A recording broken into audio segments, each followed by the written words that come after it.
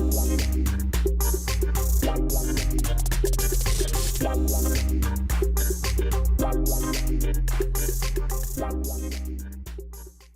man.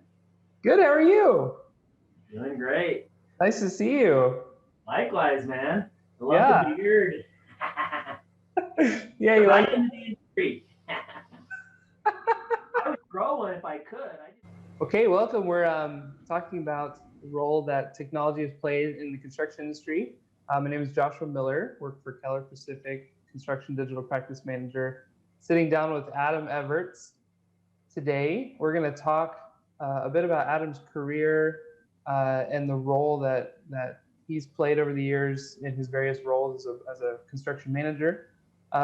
Really interested in talking with Adam today about the role that construction project scheduling has played in not only the construction industry but his career in particular. So Adam, do you want to go ahead and introduce yourself and tell us a little bit about your career? Yeah, sure. Yeah, my name is Adam Evarts. Really have grown up in the construction industry from a young age. My father built a spec house and remodeled houses and built houses, and it was really fun that way. In my teenage years, I worked for an earthwork contractor, and I was the shovel transit guy back in the days when transits existed. Wow. There's people running them instead of the machines being autonomous and things like that. Yeah, right. So that was me, and I have a picture, and I was actually in pretty good shape back then, which was pretty exciting. You should send it to us. We could put it on the video. That'd be great. Yeah. It's up in Alaska, and so when you clear and grub a lot, you're not just like dozing off the sod or the weeds, like you're actually dropping trees. Yeah. And so it was a pretty cool experience that way. So after that, kind of bounced around in college, went to a few different colleges, and ended up at BYU Idaho, and ended up in the design and construction management degree, and really found a passion in construction at a higher or deeper level than I knew existed previously. And went and did an internship with Selland Construction up in the Northwest, one of the top contractors in the Northwest, and really just continued to feed that passion. It was a great experience. I never really realized how big the industry was and how far-reaching and how complex these projects were. And I just always took them for granted and never really realized what it took to make a project successful. Right. And so after that internship, went and graduated, or went back to BYU Idaho, graduated, had an opportunity to work with Selland, and I also had another opportunity to work for Layton Construction in Salt Lake.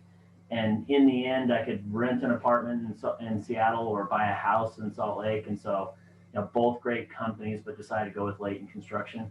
Yeah. So immediately went into a pretty massive project. It was a 1 million square foot, 5-star resort. It was in a mountain setting.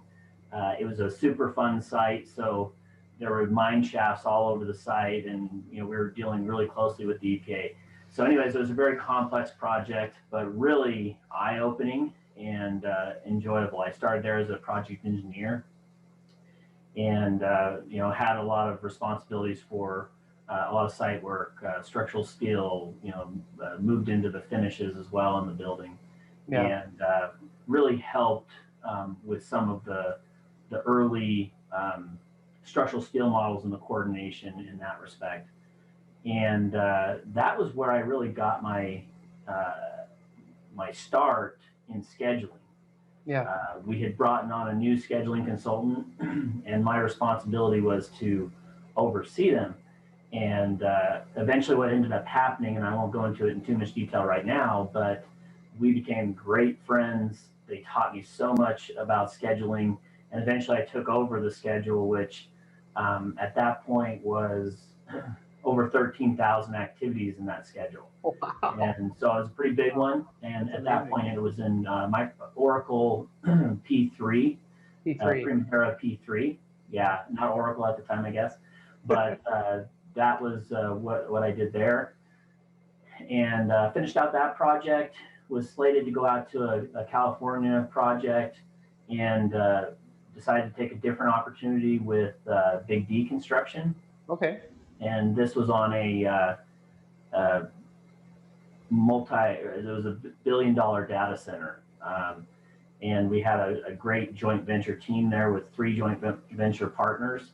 And so this is really where I began to experience different contractors, how they do things differently, and really being able to identify what the best practices across multiple companies were. Mm-hmm. And so that was a really great experience. Started there as an assistant project manager and ended up as a senior project manager, running 2 of the teams there on the project.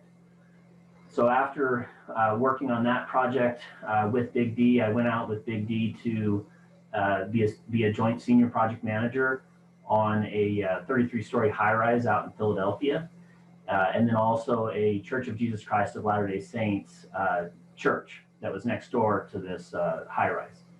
And that was a joint venture with LF Driscoll, who's a STO group or structured tone subsidiary. And so had a really great opportunity to be out there with those guys and ladies. And, after that, I transitioned. I really had this passion and this desire to impact our industry from the ground up. And so I went to teach here at BYU Idaho and really just found a love and passion for the students. And that's where I met you. Right. And so that was my past experience, and since I moved on to a few different things. So right. That's great, Adam. Yeah. I mean, I just want to touch on one of the things you said. So, you mentioned you took over that schedule, had 13,000 activities, and I think that going back to kind of the beginning of our conversation, that's probably what you realized when you started in this industry that a lot of people that aren't in construction don't know about, is that it is very complex and there is a lot of planning that goes into it. I think a lot of people outside the industry just think, oh man, there's a construction project going on. The people must just come together with their tools and just start throwing things together, but it's not like that at all, right? It's a very complex, requires a lot of organization, a lot of administration, and I mean, scheduling is a wonderful tool that helps the construction manager, pull all these teams together to deliver the project on time and on budget. So hoping that you can go into a little bit more specifics just about scheduling in general, maybe just explain, what it is, give us an overview, kind of the history of it, and how it's kind of changed the construction industry over time since its inception. Yeah, absolutely. I mean, there's many that have gone before me that could really speak circles around me without a doubt. I think that the interesting perspective that I have is that I actually operated as a scheduler while not being a scheduler. And then I also was on the project management side. And so that was really where I was at, was from the project management perspective. So what happened was I began to see ways in which schedulers, or not schedulers, but schedules were not used to their biggest benefit and their impact. Right. And so, yeah, exactly. And I mean, I was seeing it day in and day out, and me being the process type of person, I'm super focused on processes and improving processes. And so from the very onset, when I saw this tool that was like amazing at coordinating things, I thought, man, how can we tie this tool into the project? How can we really utilize it deeper than it's being used? Because quite honestly, across our industry, there is a pretty big disconnect between what, like with the larger contractors, what they might call their master schedule, and what's actually going on in the industry and in the field. And so luckily, or not luckily, I don't know which way, but I had I was on larger projects, and typically larger projects have a lot of capital like built into them for resources to support the project. Yeah. And so they typically have a dedicated scheduler or dedicated schedulers. Right. On the data center we had 5 dedicated schedulers to our job site alone. And so because we had these dedicated schedulers, we would actually use the master schedule as our 3-week look ahead. and we would pull our 3-week look ahead right from the master schedule, and we would distribute it to the subcontractors, and really just, everybody's kind of, beating or marching to the same drum. But inevitably, there's always those who kind of go off the side and they're like, well, I'm going to take this Excel spreadsheet and I'm going to start to build my own thing. Right. And then I'm going to correlate that own thing into the master and still update the master schedule. And so there's definitely been some hardships there based on the size of the project. Well, let me tell you a really quick story, from my career. So when I was at Swinnerton, we typically had our superintendents manage the master schedule. But then, when we transitioned from being part of the general contracting group to a self-perform subcontractor role, our superintendents were still trying to manage schedules. But we were creating our own schedules outside of the general contractor schedule. And a lot of times we were told, don't pay attention to the general contractor schedule. It doesn't make any sense. Let's just focus on our schedule. And then you get to this point where, you're 2 weeks away from, submitting, shop drawings for our product. And all of a sudden they're like, well, there was this huge disconnect between schedules, right? So, I mean, yeah, I've definitely seen that in my career where, there's a lot of different people making their own schedules. Some people saying, don't follow that schedule, follow this schedule, and it's really hard to keep everything coordinated, right? Yeah, and quite honestly, the industry is transforming. It's changing at a crazy rate. It's already changed. There's been different industrial ages of construction, I would say. Yeah. Back in 2007, we were using BIM already. I mean, we were doing clash detection with Navisworks and everything. Right. But where it's gotten now is amazing. But then there was the lead AP, the lead accredited buildings, that big push, all of these pushes that have come through our industry. And really, I feel like the big push right now is this idea behind lean construction. Right. And one of the big proponents or the educators in that space is the Lean Construction Institute, LCI. And, they have a last planner system that they've talked about or that they promote. And it's more of the conceptual ideas of how do we actually get talking to the last planner, the person that's putting the work in place, and how do we take that knowledge, which only they have, how do you take that knowledge and bring it all the way back up? And you can summarize it however you want, but bring it all the way back up to where it feeds right into the master schedule eventually. Right. And really, this is the push of the industry that we're seeing. So some techniques that companies are using are full planning to help facilitate that process. And really, if we get this right as an industry, we can streamline that process to where no longer do you have a subcontractor that's building their own schedule and trying to somehow correlate that back to the master schedule that they're getting from the general contractor. We can actually build together. And if we do that, the commitments that the subcontractors make they're bought in. They're much more manageable. They're much more attainable because the subcontractor knows what they're building to. And they're not trying to correlate it with some schedule that really doesn't make sense to them. Right, exactly. Yeah, I mean, something that came to my mind is something, a trend that we're seeing, within the last year or so is the use of, LiDAR scanning via drone.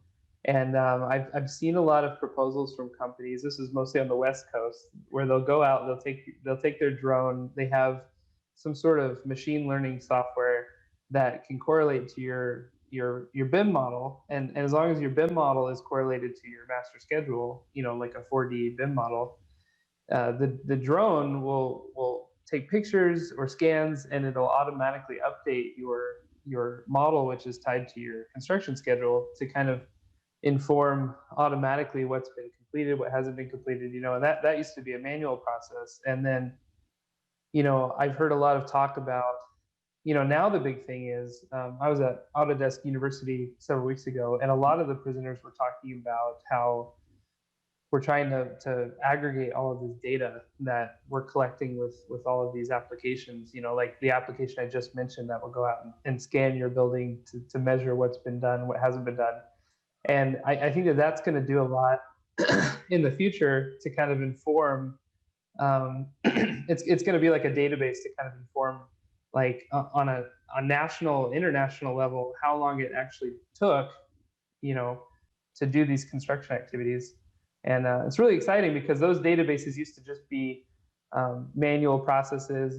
You'd have a field engineer going out with like a stopwatch and a notepad to measure how long it would take to do things. And that's really exciting. That last planning methodology, I think, it's really gonna be boosted by machine learning, artificial intelligence, all of these autonomous Internet of Things processes that are coming up nowadays. So that's really exciting. Yeah. Absolutely. I have a love for software. I don't know if you recall, but when I was in my career, I went back and I got my master's degree in information systems, specifically in software development. And it was at the University of Utah, and they had their department was very well known for big data, data analytics, digital data analytics. I mean, all kinds of stuff relating around analytics. And it was really eye-opening to me to see how far our industry was behind at the time, when we would have different, really forward-thinking businesses come in and present on the type of analytical data they were pulling from their processes. And so it was really exciting to see that. But I think we're starting to make that turn. And there's great companies. I think one of the early discussion points for scanning or whatever with drones was, one, you were limited to where they could get, and now I think you're seeing different ways of traveling through a building, including some robots that look like dogs.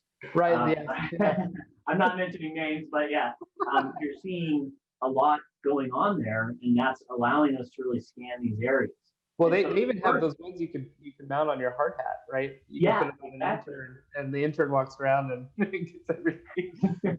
Exactly. And in the beginning, it was kind of like everybody thought, okay, this is cool. We can cross-correlate our BIM model with the scan and generate see what's actually in place. And that was all cool, but then everybody realized, oh man, well, that means we have to model to a greater level of detail, right? In order to get that to happen. Well, now you're seeing companies that are coming through and they're starting to create algorithms that don't actually have to have you model to that level. And they're starting to identify stuff that's not in the model and being able to correlate and say how much of it's installed. And really, this is going to explode our industry, because once you get to the productivity tracking level that's automated, it's going to allow you to have that big data that now you can mine, and now you can grab inferences and how things are connected out of the process and actually use it.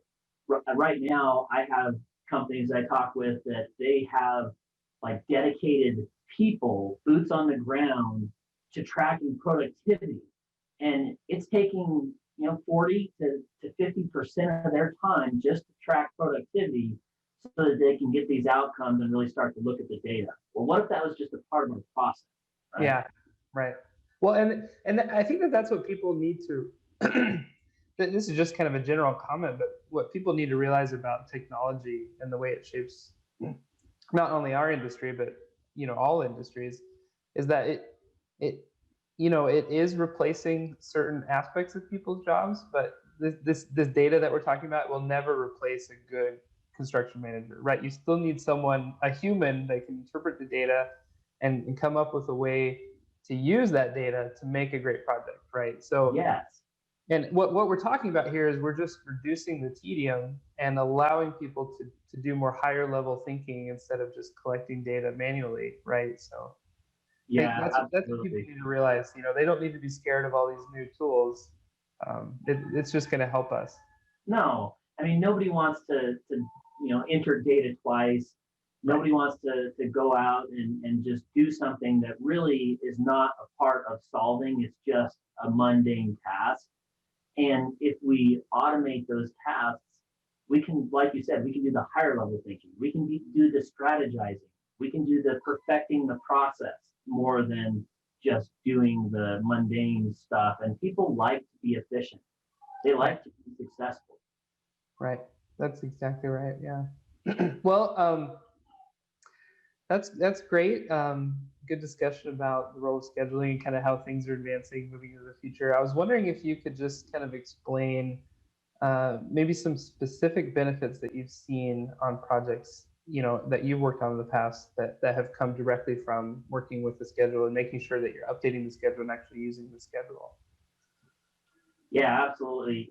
From the beginning, back when I was working on this 5-star resort, immediately I started thinking, man, we got to tie the submittals and the RFIs back to the schedule. And we need to tie them, and we need to really understand, without having to make all of these assumptions and all of these these hard written ties. We need something to be dynamic and to tie that together. And so, throughout my career, I kind of took that as my goal of things to do. And actually, my capstone was one of our projects that we created a prototype of that. And it was really cool because after that prototype, when we went out to Philadelphia, our joint venture partner had an internal, well, not an internal, but they had a really close connection with one of the software providers out there. And so we worked really closely with the software provider in developing a very automated approach to submittal RFI processing and tying that back to the project schedule. And we had a sister team that was operating next to us, and we went in there right away. We saw that processing a submittal was taking 30 minutes just because of the technology that they had to go through. Save it here, send it there, CC these people, and do all that stuff. And so we looked really closely at the processes, and we took that 30-minute process and took it to under 5 minutes to do that processing. And not only were we doing the processing that quick, we were also gathering the data in an automated fashion and tying it back to the schedule, to where when we went into our OAC meetings, we weren't looking at 3 logs, 4 logs. We were looking at 1 log, and every potential constraint that was on that log was tied back to the schedule and prioritized based on the necessity of the schedule. So we were all focused on, how does this job move forward? Yeah. But I think, something that you just said reminds me of a point here, is that when you use a schedule, you really reduce the anxiety that you have as a construction manager, right? Because, you have all these activities that you need to accomplish. And if you really don't have a good grasp of the schedule, you spend a lot of your days just chasing fires, putting out whatever's the next, emergency on the job site. So it's really important to have a schedule, especially like with procurement, like what you were saying. So what really is important and what maybe you could put off. So you're not working 12 hours a day, 6 days a week. It really helps you manage your time and manage your personal resources, helps you live a better life. So, well, and if you are, there's no doubt that we're crunched in the construction industry. There's no doubt. But if you can't communicate that what's being asked of you is not possible, then you're going to continually get pushed into that situation. Exactly. So it's nice, the newer age thinking of, no, let's plan, let's be transparent. Many of the owners these days, the owner builders, they're coming out and they're just enforcing that, that lean principles are being utilized because they see the benefit of that transparency, right? And they can rely on the outcome. And so really this is just helping our industry to be able to communicate what our plan is and work to our plan and know that our plan is actually pretty solid, or know in advance that it's not. Because typically on a job site, or in the past, what I've seen is, you go through a proposal, your scheduler looks at how long a typical 5-story office building is taking, and they say, oh, it's about 18 months. They put that into the schedule for the proposal. They build it out. The executive comes in and says, I want that done in 14 months. So you work some type of magic, you figure it out, you make it happen, and then you come to the project. In the last 4 to 6 months of the project, the manpower on the project goes through the roof. You know, the costs are going through the roof as well, and you're just in a mad scramble to make that happen. And we do it again and again and again. And so we're not teaching ourselves. One, we could be more efficient through planning better and not have that manpower spike at the end. Or two, maybe we're just overcommitting and we're losing more money than we're making because of it. Right, right. Well, you know, something that I just thought of was, you know, when you have, you know, you were talking about, you know, using a schedule in the proposal phase. You know, I remember a project from 4 years ago, 3 or 4 years ago. It was a 5-story office building. This was a mass timber structure in Hillsboro, Oregon. And, you know, originally the project was going to be concrete and steel, right? So the proposal had built out the schedule like it was a concrete structure. You know, you build out the entire first floor and then you move up to the second floor. But because this was a mass timber structure, we were able to go in and say, well, you know, if the design team just splits up this building into 3 groups, we could build up one group, you know, one section of the building. We could dry it in. We can get all of our interior trade partners working on that section, and then move our structural team over to the second section, the third section. So, and that came out of, that was a direct consequence of building out a schedule, because we were trying to figure out how do we do this faster. And that was the solution, was to split up this building into 3 groups. And instead of thinking about it in levels, we started thinking about it in sections A, B, and C. So, you know, a smart construction manager with just a simple, you know, scheduling tool can really be an aid to the owner, the architect, the engineer, you know, in informed design. So, yeah. I mean, you're seeing a lot of new projects coming out with an IPD perspective, or with a design build or design assist, and those are really helpful. And most, you know, a lot of it's like looking at, okay, what's the cost going to be, but many of them are looking at what's the schedule impact going to be. And I can remember early on, we had a building that had some curtain wall on the outside, and we were trying to expedite the lower levels. But what we didn't realize is that the curtain wall, the mullions or the frame had to go all the way up, and you couldn't just put in windows at the top and not at the bottom, or right. You had to go in a specific sequence, and so that sequence didn't allow us to dry in the building as quickly as we wanted to. And so, you know, really it's this whole industrialization of construction idea of even the manufacturers can really help to promote schedules and to keep them quicker, and to make their people more effective as well, or their installers. Right, that's interesting. Yeah, I mean, we ran into a problem on one structure that's kind of related to what you were just saying with the curtain wall system, where we wanted to phase out the project, you know, like we were just talking about in these areas, like we had done in the past. But the way that the curtain wall system was a deferred submittal, yeah. and the architect was working with the curtain wall design consultant, and they came up with this detail that got locked into the design before we even had a chance to look at it, that required us to build out the entire first level. So this was a 6-story office building in California. We had to build out the entire first level so that the curtain wall could frame in correctly, and all the structure had to be put in place. The bracing had to be taken off. So it was just, you know, that one little curtain wall detail, you know, just tore apart the whole construction schedule. So, you know, it's really important to pay attention to those details, you know, especially when you're building out a schedule. Absolutely. Yeah. Well, is there anything else you'd like to add, Adam? I think that's all the questions I had for you today. No, I'm just excited to be a part of this industry. You know, I'm grateful to have the opportunity to talk to you, Josh. You know, just seeing the students that I've been with, that just go out and really help promote this industry forward, is just super exciting. And so I'm just really, it's a great time to be in construction. And yeah, there's so much on the horizon. It's not stopping. So yeah, thanks for hosting this. Yeah, thank you, Adam. Well, that was Adam Evarts. I'm sure we'll be hearing from him in the future. Exciting things.